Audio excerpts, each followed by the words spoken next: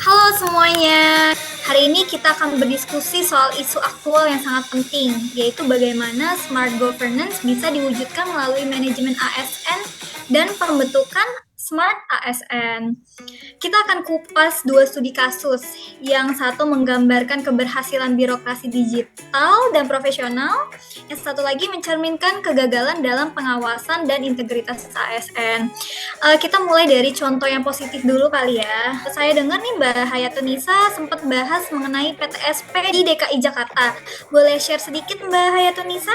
Jadi menurut saya PTSP di DKI Jakarta itu salah satu contoh dari birokrasi yang berhasil menerapkan smart governance. Dari semua proses layanannya, dari antrian online, pelacakan dokumen, hingga notifikasi via SMS dan WhatsApp. Kemudian transparansinya juga akan jadi kunci di sini. Nah, jadi ASN di sana itu tidak hanya melayani, tapi dituntut untuk menjelaskan, mendampingi, dan memastikan pelayanan itu tuntas. Juga Mbak Hayatunisa, dan ASN di sana juga dibekali pelatihan bukan cuma soal teknis sistem, tapi juga etika pelayanan publik. Ini membuktikan bahwa smart governance itu bukan cuma soal aplikasi atau dashboard, tapi juga soal mindset sama tata kelola. Wah, menarik sekali nih. Tapi kalau kita bicara soal replikasi ke daerah lain, tantangan terbesarnya apa sih? Ya, saya rasa tantangan terbesar itu justru ada di leadership dan political will ya. Bahkan kadang pimpinan takut perubahan karena merasa nyaman dengan sistem yang lama gitu. Dan juga belum semua ASN siap secara mental. Ada yang merasa sudah senior, jadi nggak belajar teknologi. Transformasi digital itu harus diiringi dengan transformasi budaya gitu, Mbak. Saya izin menambahkan ya Mas Taufik, sebenarnya kalau mau mulai, itu bisa dari hal-hal yang kecil lebih dulu ya. Misalnya menyediakan layanan pengaduan masyarakat yang benar-benar aktif, ditindaklanjuti, hal-hal yang sederhana gitu tuh biasanya berdampak lebih besar. Perubahan itu yang penting ada langkah nyata, satu persatu, dan terus diperbaiki. Oke, menarik sekali nih pemaparan yang sudah diberikan. Nah, sekarang kita geser ke kasus yang kontras. Mas Taufik, kamu angkat soal kasus korupsi Rafael Alun ya? Iya, betul. Ini kasus yang menggemparkan ya kemarin ya. Rafael Alun ini adalah pejabat pajak ya yang ternyata menyembunyikan aset puluhan miliar yang tidak dilaporkan secara benar. Anaknya yang lagi viral kemarin itu. Yang jadi perhatian kita kan selama ini bukan hanya soal korupsinya, tapi bagaimana sistem pengawasan ASN selama ini tidak mampu mendeteksi dan mencegahnya. Bukannya udah ada LHKPN ya Mas ya, sama inspektorat. Terus kenapa masih bisa kecolongan? Nah, itu justru jadi pelajaran penting ya. Sistem pengawasan kita bersifat administratif dan pasif gitu. Jadi LHKPN dilaporkan tapi tidak diverifikasi gitu untuk menyeluruhnya.